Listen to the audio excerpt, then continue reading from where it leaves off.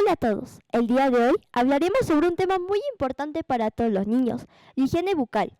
Para esto nos acompaña el odontólogo Juan Carlos, quien nos ayudará a responder las preguntas, y a nuestras invitadas, quienes nos ayudarán a decir las preguntas. Cada uno se presentará brevemente. Muy buenas tardes. Mi nombre es Juan Carlos Quiroz Mejía, soy cirujano dentista, tengo más de 10 años de experiencia.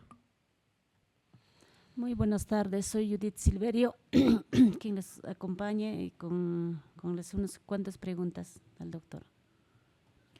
Muy buenas tardes, soy Mayori Sánchez. En esta oportunidad vamos a tratar de resolver algunas dudas junto al doctor sobre los problemas dentales.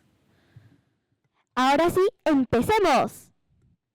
Doctor Medina, los caries son muy comunes en los niños. ¿A qué se debe esto y cómo podemos prevenirlo desde casa? Ya.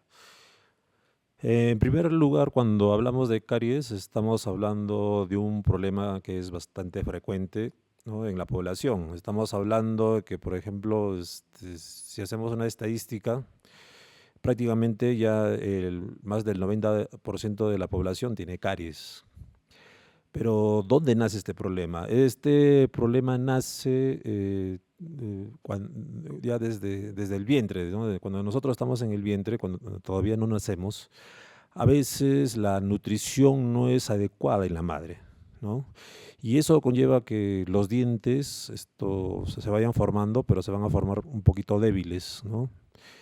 Y al momento que nace, ¿no?, al momento que nacemos, ¿no?, en este caso, al momento que nacemos, vamos a ir desarrollando los primeros dientes. Los primeros dientes son los dientes de leche, son los dientes temporales. Bueno, así lo conocemos, ¿no? Algunos lo conocemos como diente de leche, algunos lo conocemos como dientes temporales, ¿no? Y una vez que ya nos vamos desarrollando, aparecen los dientes permanentes, ¿ok?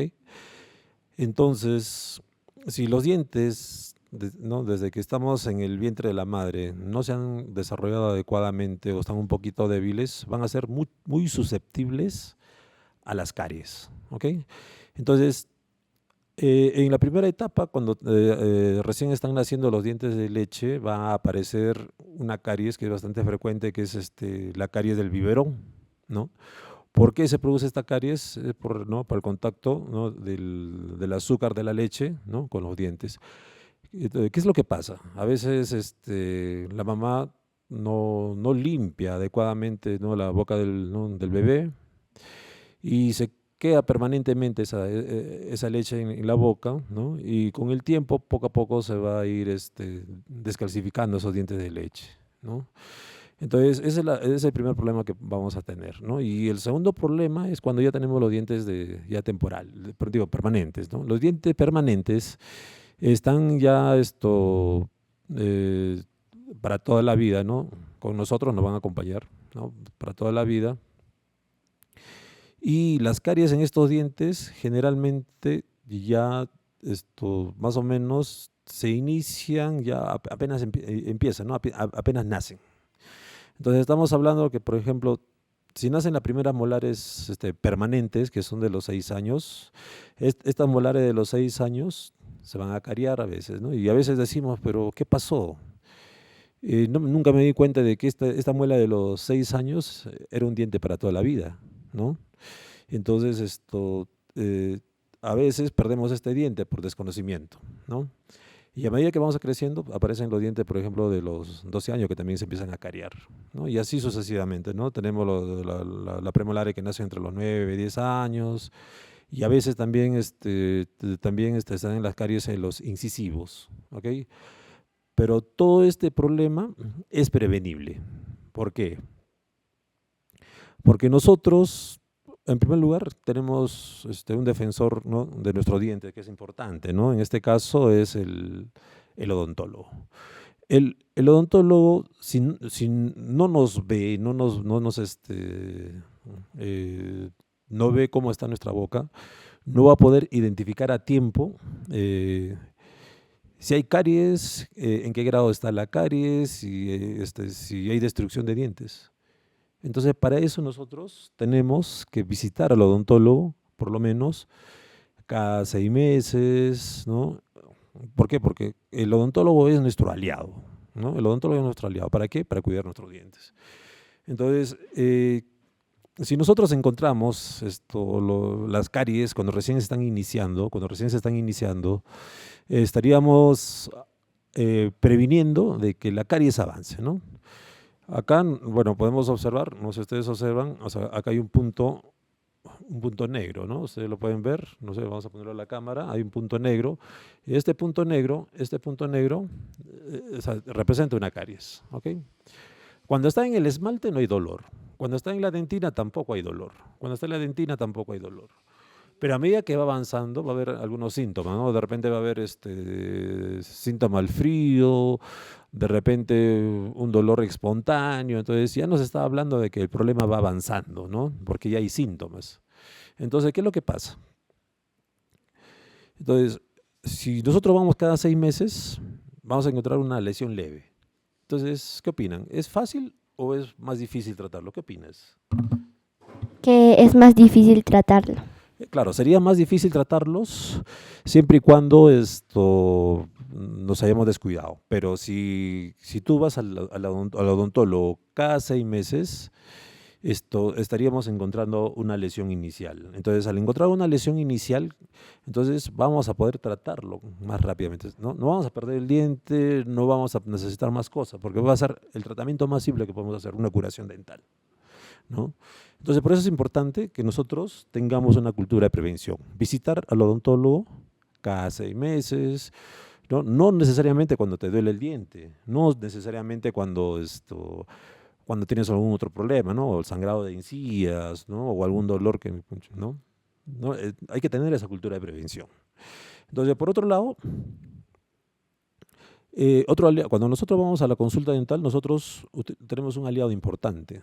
Este es el flúor, ¿ok? El flúor es un elemento que va a proteger nuestros dientes. ¿En qué sentido? Nosotros tenemos cristales de calcio en el diente, ¿no? Entonces, para entender un poquito esto, vamos a hablarle un poquito de anatomía, ¿ok? Vamos a ver a la cámara primero. O sea, tenemos la parte de la corona, que es esta parte de acá, que se está viendo. Esta es la parte de la corona. La parte de la raíz, que es esta parte de acá, ¿ok? Esta es la corona, ¿sí? Esta es la corona y la raíz es esta, ¿ok? Toda la superficie de las coronas está cubierta por el esmalte.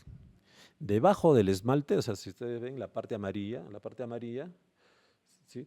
La parte amarilla es la dentina, ¿no? Entonces, si comparamos la dureza del esmalte con la dentina es menos duro que el esmalte, ¿ok? Y adentro del diente tenemos la pulpa dental, ¿no? Tenemos la pulpa dental, que es la parte interna. Ya, esta pulpa dental tiene la función de darle, ¿no?, nutrición al diente y darle la sensibilidad al diente. Entonces, nosotros, cuando usamos el flúor, ¿por qué lo vamos a utilizar ¿no? El flúor. ¿El flúor dónde lo encontramos? En la casa, lo encontramos en la pasta dental, ¿no? Incluso se está colocando flúor, por ejemplo, a la sal, ¿no? Ahorita en el Perú existe, ¿no?, el flúor con sal.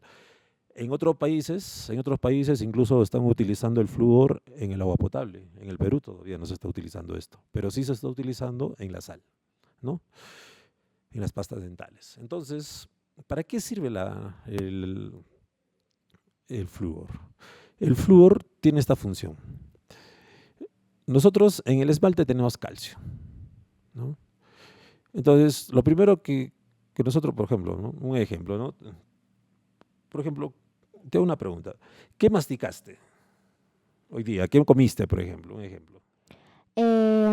Por ejemplo, comí chicle, Ya. ¿A la hora del almuerzo? comí papa. Ya, un ejemplo. Ya, en este caso, por ejemplo, acá nuestra anfitriona comió papas, comió chicles. El chicle tiene azúcar, la papa tiene almidón. Entonces, nosotros masticamos, ¿cierto? Masticamos, entonces, una vez que hemos pasado nuestros alimentos, van a quedar restos de alimentos que se van a quedar en la boca. Pero estos restos de alimentos se van a empezar a fermentar, y al fermentar van a producir ácidos. Y a producir ácidos, ¿qué va a producir? Va a producir una descalcificación de nuestros dientes. Se va a empezar a descalcificar. Y poco a poco se van a ir haciendo las cavidades, ¿no? Se van haciendo las cavidades, esta cavidad, ¿no? Unos pequeños huecos que se van haciendo en los dientes. Entonces, ¿qué va a pasar acá? Una vez que se hacen estas cavidades, entonces prácticamente ya estamos hablando de caries. Y entonces tenemos esta fórmula de utilizar el flúor en la consulta. Como el esmalte, como les acaba de mencionar hace un momento, tiene calcio, le colocamos el flúor, ¿no? Colocamos el flúor, esperamos que haga efecto 1 minuto, ¿no? Y de ahí el paciente se va a la casa, no debe de comer por lo menos 1 hora.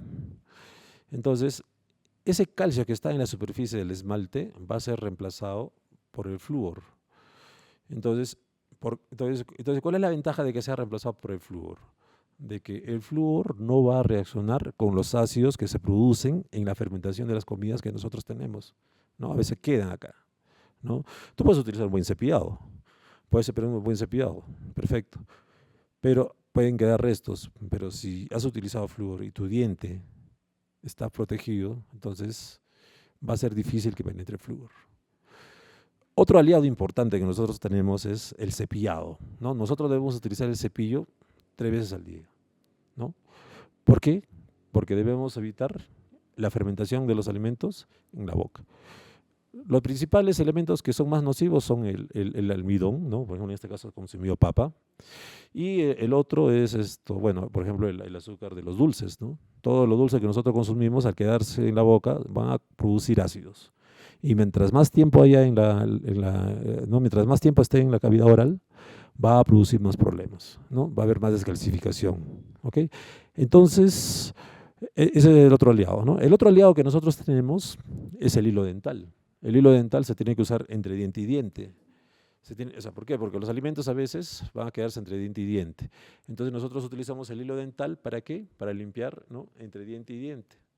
Por lo menos debemos usarlo mínimo 1 vez al día, ¿no? Ahora, otro aliado que nosotros tenemos, es un defensor también, ¿no? De nuestros dientes, es nuestra saliva.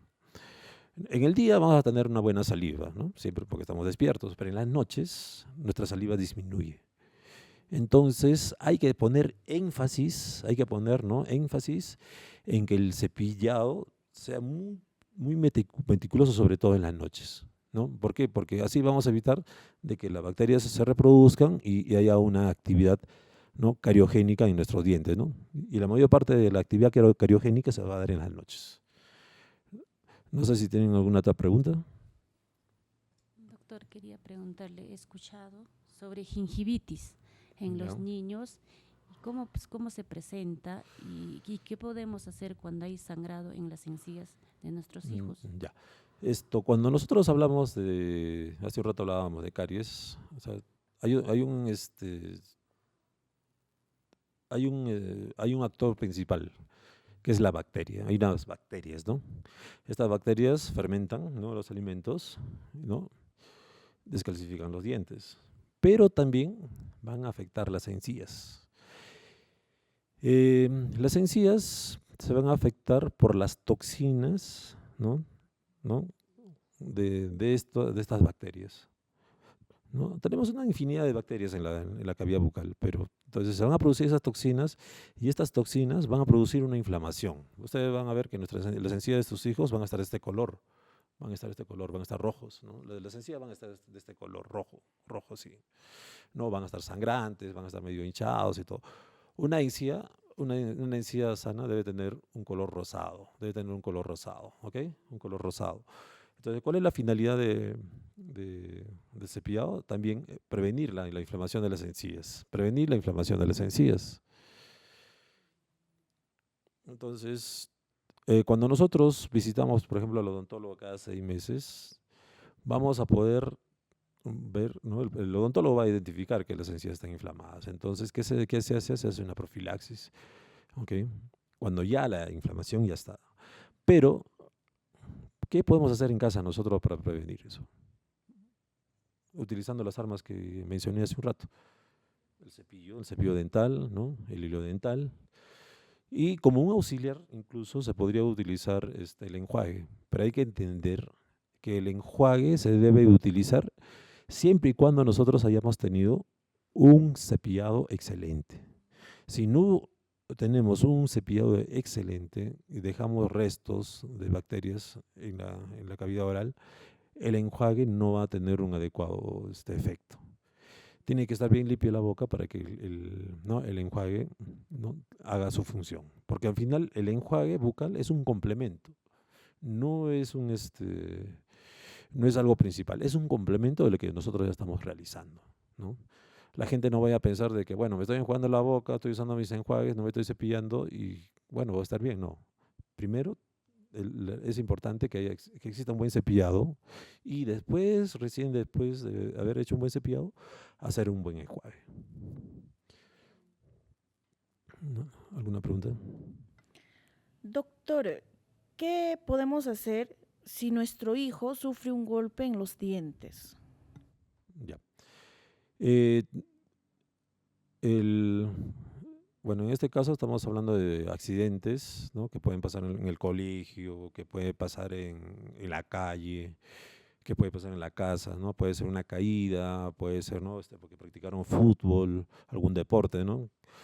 Entonces, ¿qué es lo que pasa? Cuando hay golpes, bueno, nosotros le llamamos traumatismo, ¿no?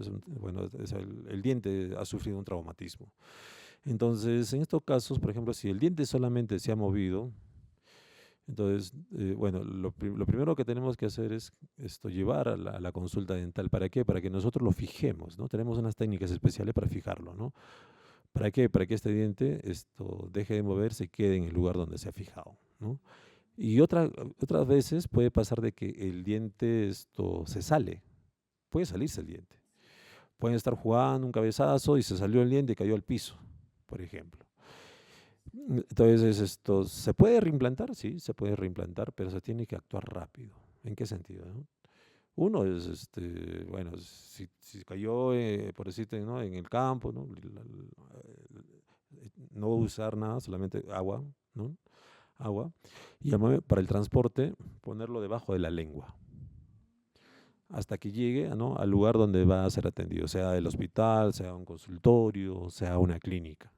Porque una vez que ya llega el paciente ya con el diente que, bueno, se cayó, se perdió, ¿no?, entonces esto se puede reimplantar. Entonces podemos lograr mayor éxito cuando el diente ha sido protegido de esta forma, ¿no?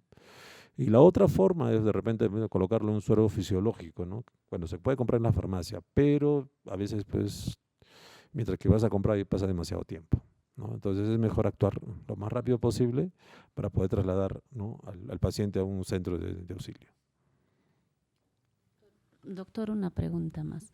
Cuando el diente está desalineado en nuestros hijos, ¿cuál es el momento para poder, cuál es el momento adecuado para darle el mejor tratamiento o poner los brackets?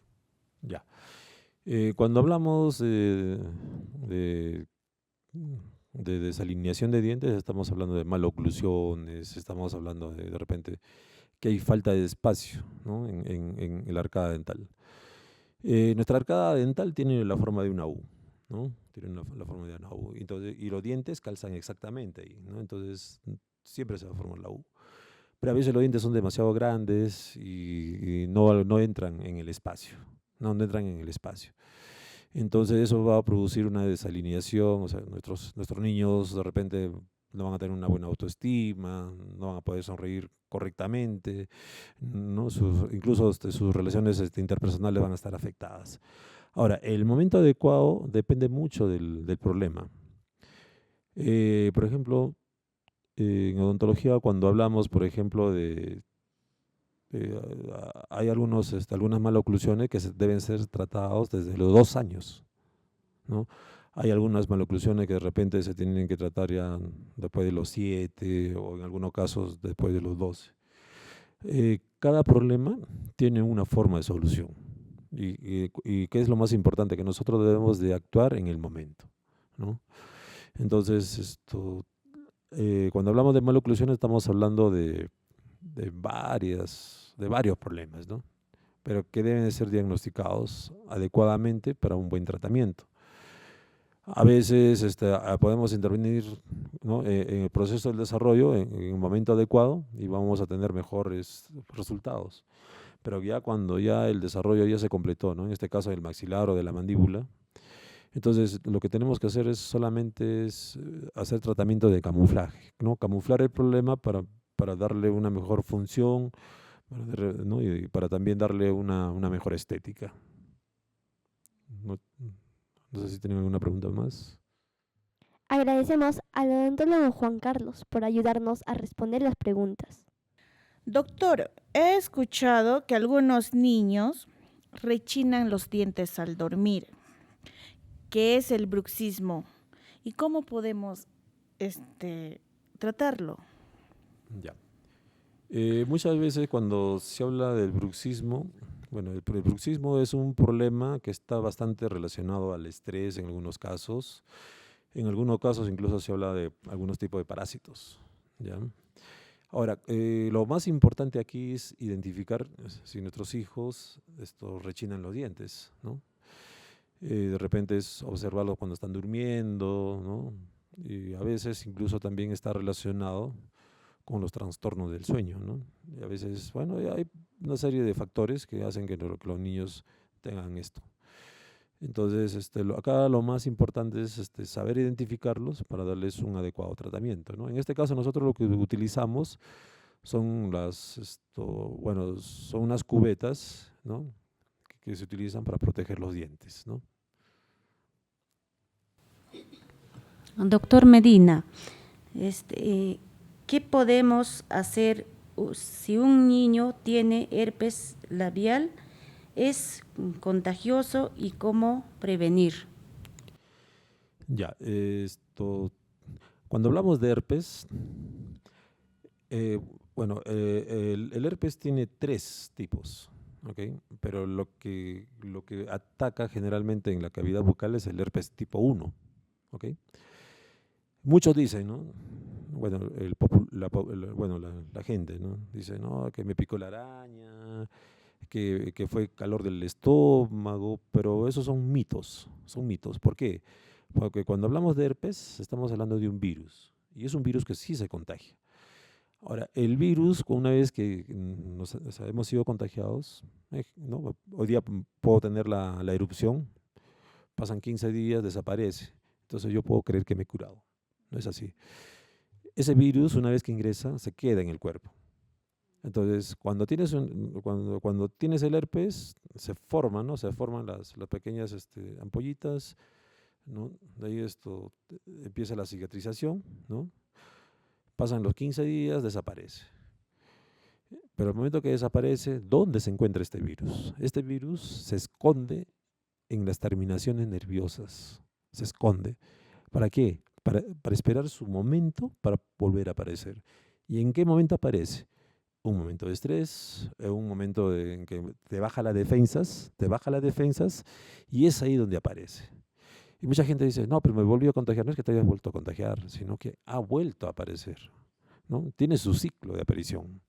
Entonces, y ahora, claro que sí hay tratamiento, podemos usar el aciclovir, ¿no? Se hace una dosificación de aciclovir, se puede usar crema, se puede hacer en pastillas, pero ¿para qué? Simplemente es para bajar la fuerza del virus, ¿no? Para que no sea que no tenga demasiados síntomas, ¿no? Y en algunos casos, incluso cuando se detecta antes de que vuelva a aparecer, se evita de que, ¿no? aparezcan las erupciones del herpes. Ahora, ¿cómo se contagia? Cuando está presente, ¿no? el proceso, ¿no? Cuando se está viendo que está la lesión ahí, es ahí donde contagia. Pero cuando no está activo, o sea, cuando no hay la erupción, no contagia. El momento que contagia es... Ahora, hay un ejemplo, ¿no? O sea, si yo agarro, no tengo un herpes acá, yo agarro de esta forma, me paso en el ojo, puedo tener un herpes oftálmico, sí, porque me voy a pasar, porque el líquido que está soltando el herpes, ¿no? Lo paso acá, al ojo, entonces ¿qué va a producir? Me va a producir un herpes oftálmico. Entonces voy a agravar el problema. Entonces hay que tener bastante cuidado con esto, ¿no? No darle beso a los bebés, no darle beso a los hijos cuando tenemos la erupción del herpes. Y también esto a veces se puede contagiar también por el vaso, ¿no? Yo bebo con el vaso, estoy con el herpes y se lo paso a la otra persona, entonces puede haber un contagio. Puede haber un contagio, pasa con las cucharas. Entonces hay que tener bastante cuidado cuando tengamos esas erupciones, ¿no? Aislar nuestros, nuestros utensilios, ¿no? Hasta que desaparezca la erupción del herpes. Promedio, hasta que desaparezca, ¿no? Una vez que desaparece ya deja de contagiar.